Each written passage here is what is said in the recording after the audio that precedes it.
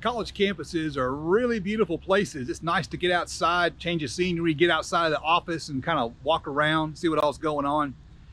And this university is no different. And that's one of the downsides to all this pandemic level distance education and web enhanced stuff that we're doing. We don't get to come here and hang out in this great spot, but that's just part of life and you have to deal with it sometimes. And that's kind of the essence of policy. Policy is really oftentimes about dealing with problems. And if we look at where we're going in this class, we're kind of setting up the fact there's some problems we have to deal with. If you roll back to some of the previous videos, I talked about Malthus. So Malthus was this guy who said that we're gonna run out of food and we're gonna starve. And the thing that's keeping us from doing that so far are things like war and disease. And so if we ever get rid of war and disease, we're all gonna starve to death. A famine will wipe us out. Really happy guy, that Malthus. Let me tell you, that's some uplifting reading right there. And so it's important that we have a stable food supply, and it's important that we figure out policy tools that will lead to the most stable food supply possible so that we don't starve out. And well, how do you do that? Well, there are several different ways people have tried across the globe and across time. And I want to talk a little bit about the history of agricultural policy in the US. Now, later on in the class, there's going to be a pretty extensive discussion about history where we dig into some details about exactly what policies happened and when and how. But for this moment right here, I want to give you a broad overview of the history of agricultural policy in the United States. So if we look at the founding of the country and we look up into about the Great Depression, the policy tool, the policy perspective was just to expand. This was an expansion period. The country was expanding westwardly for all the good and bad that came with that. And along with that, new agricultural land was brought into production to feed a growing population. Now, about the time of the Civil War, and you can look this up if you want the specific dates, two important things happened. So the Morrill Land Grant was money the federal government set aside for the states in order to establish universities to study agricultural and mechanics, like Texas A&M. And every state has a land grant university inside of it somewhere. Some have multiple land grant universities. And the other interesting thing was the creation of the USDA. These two things together focused heavily on research and teaching in order to increase agricultural output. The idea was to find better ways to farm and then teach farmers these better ways to farm. And the USDA and the land grant universities were created with that expansion concept in mind. So we're expanding across the country, we're bringing new farmland into production and looking for better ways to farm.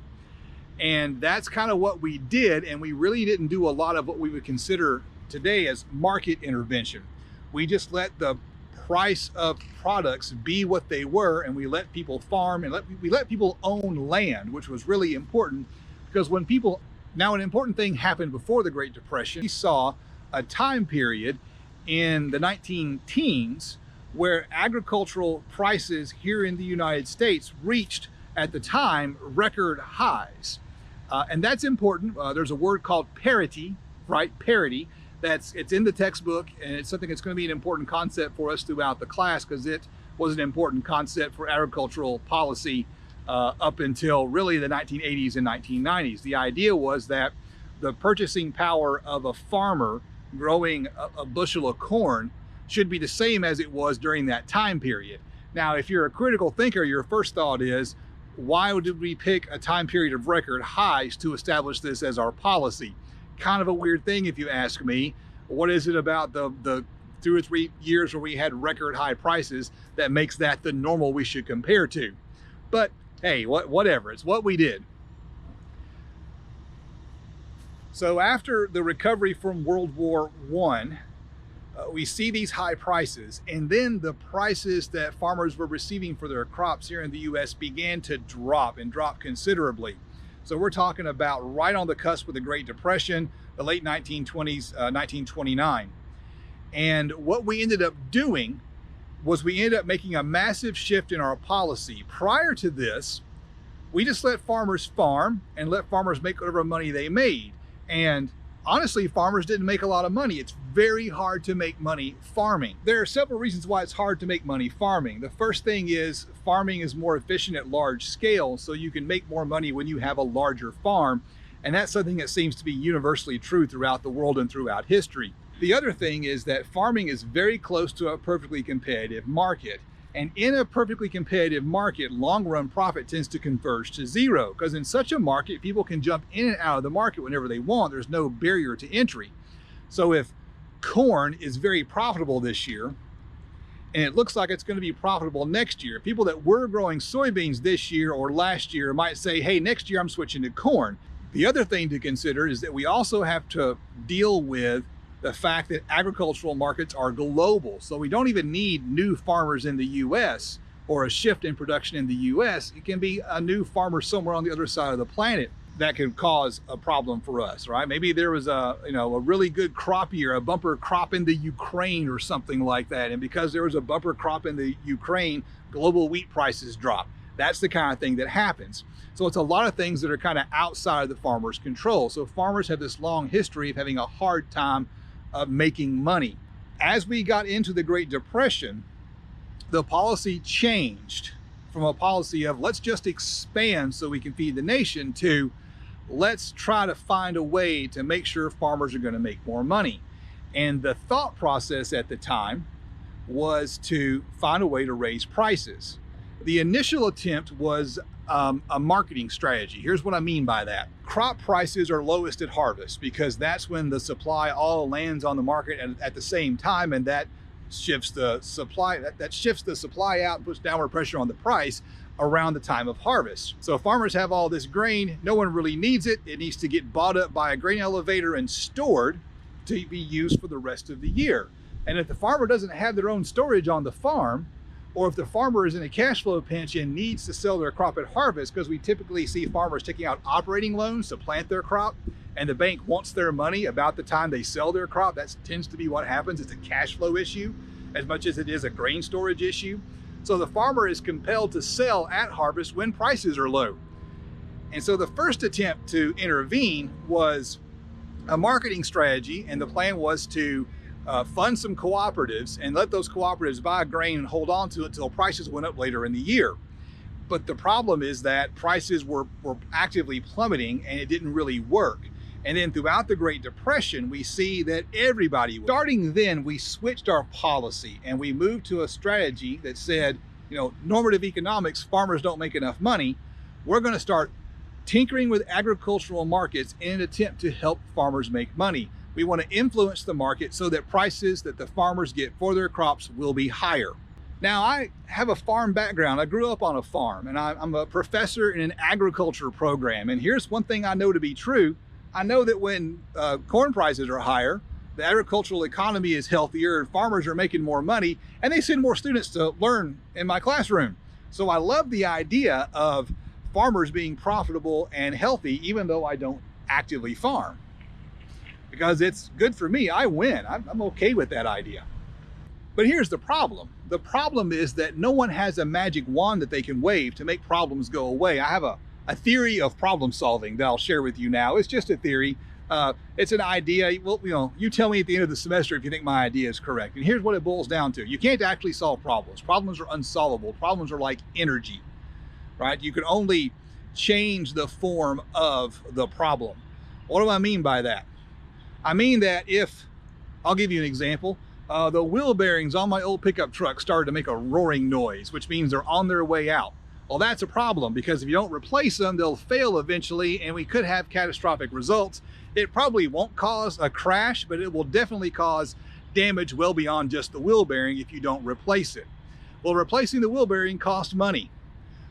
You might look at that and say, problem solved, the wheel bearing is fixed. Well, no, not really, because that money could have been used for something else. And so what I did was I took the mechanical problem on the pickup truck and I transferred that mechanical problem into a problem I can more easily bear, a financial problem.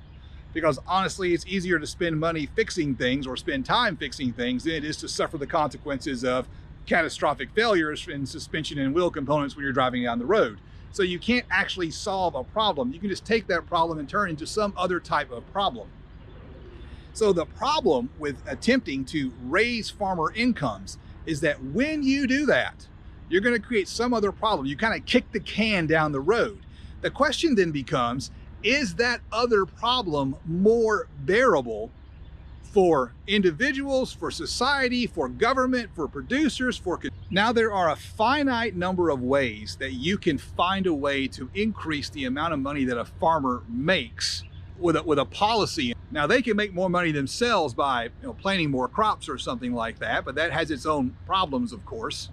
And you can't just rely on them to do that on their own, because honestly, if farmers could get together and sort out how to make more money on their own, the policy interventions would be totally unnecessary. So here we are. There's only a finite number of ways that we can get more money to that farmer, and one of those ways is increasing the market price.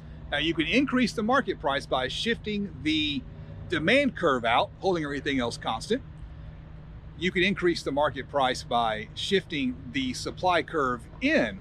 The other thing you can do is mandate a higher price. This is where the government rolls in and says, the price of corn is too low, it should be higher, right? Normative economics. As I said in another video, we do positive economics when we analyze policy, but the reason why we have policy is because there's some normative economic goal that we have in society.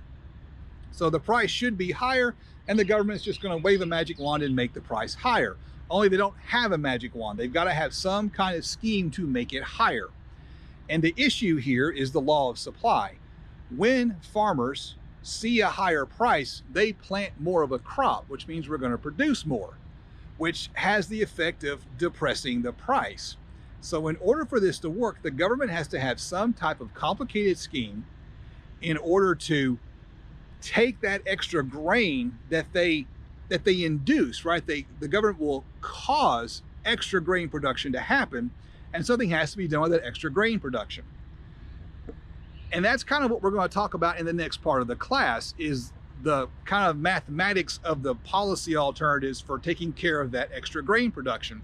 In essence, there's really only 2 or 3 things that can be done. You can buy it up and store it, and with the hopes that one day the price will be higher and you could then sell it later down the road, which is what we did a lot. The other thing that we can do is we can just buy it up and then turn around and sell it at a discount to somebody so that we can get rid of the extra grain. We tried all of these things in some form or another from the time of the Great Depression into the 1980s and 1990s. Now, one thing we can do is attempt to sell the grain to somebody else. We can export the grain. And that is an important thing we can do as well. And so during all of this time period, we also attempted to find ways to export that grain, subsidies to exporters who would take the grain overseas and sell it to somebody else. And we're going to talk about the pros and cons of using that method as well. Now, as we break into the 1980s and 1990s, we see some shifts in what's going on globally, because these programs have gotten very expensive. And the European Union and the United States had both been doing these things for years and kind of realized that we needed to do some trade negotiations and find a way to stop these expensive subsidies, both internally and externally. And during the 80s and the 90s, we see this massive shift where we opened up trade and attempted to move to market-oriented policies. That did not work. By work, I mean that wasn't politically sustainable. And we ended up switching to, in essence, a policy of just giving farmers money. We call that a decoupled direct payment. And that's kind of where we are today, but we're also in the middle of another big shift in the philosophy of how to do this. And that philosophy is predicated on the simple fact that once upon a time, people who lived in rural areas, farmers, were not as wealthy as people who lived in urban areas. If you looked at the rural-urban divide, the wealthy people lived in town, the poor folks lived out in the country. That is no longer the case. People in rural areas, farmers in rural areas now have more household wealth and household income than individuals who live in urban areas, the suburbs, town, city, whatever you want to call it. And so the idea that the farmer is poor and we need to do something about that problem has kind of disappeared, and policy has morphed into insurance. We started subsidizing crop insurance. Now the rationale of the policy is the problem isn't farm income, the problem is the farm risk or the variability in the farm income. So what we've done now is we've switched to subsidizing insurance, crop insurance for farmers, for example. And when we look at agricultural policy, the ones that are still there subsidizing the farmers directly, the language of the policy has changed. So the language sounds more like an insurance program. And what we're going to be doing over the next part of the class is we're going to be doing some economic analysis of policies.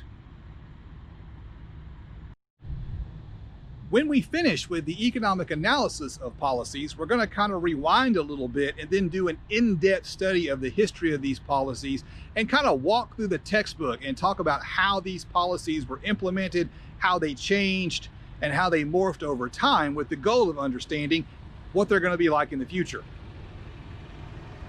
So that's a picture of where we're going from here. If you would, make sure you hit that subscribe button, and here's another video up here that you might like as well.